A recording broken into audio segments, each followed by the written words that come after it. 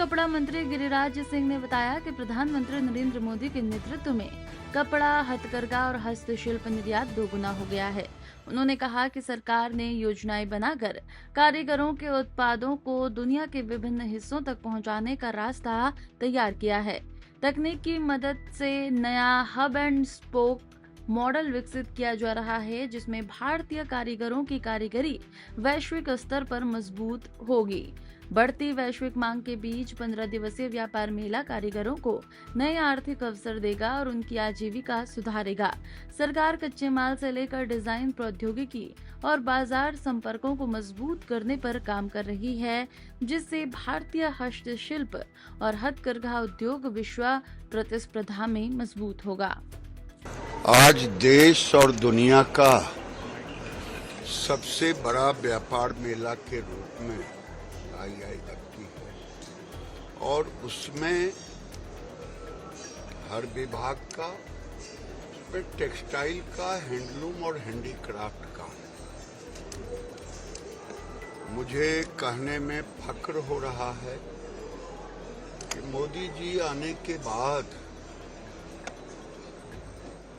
हम double export में चले गए और आगे हम अभी 50,000 करोड़ में हैं, जिसे 1 लाख करोड़ तक ले जाने का संकल्प है।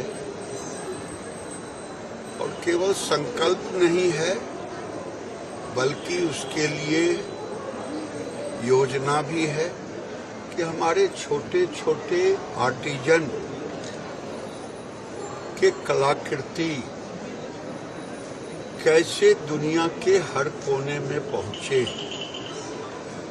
उसके लिए तकनीक का भी हम सहारा लेंगे और एक नए मॉडल पर भी हम विचार कर रहे हैं।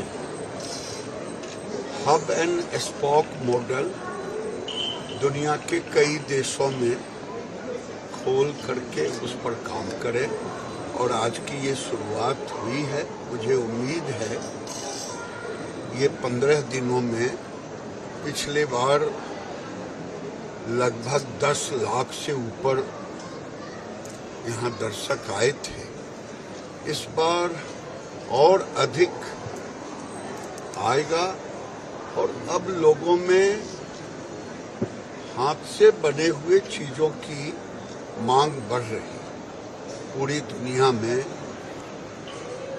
तो मैं उम्मीद पे, दुनिया जीता है, हम भी उम्मीद पे कि इस बार का जो 15 दिनों का है इसमें फुटफॉल भी बढ़ेगा।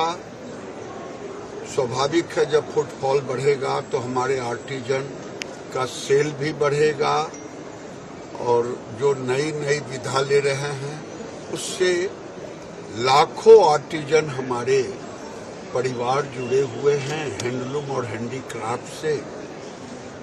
उनके आर्थिक जीवन में परिवर्तन आएगा। हमने संकल्प लिया है कि 10 लखिया दीदी बनाने का, कि दीदी का आमदनी साल में 10 लखिया हो, 5 लखिया हो, ग्रेड बांटा 5 और 10 का। सुबह तो कह रही थी कि अब हम करोड़पति दीदियां हम के नाम से जानना हाँ, चाहते हैं।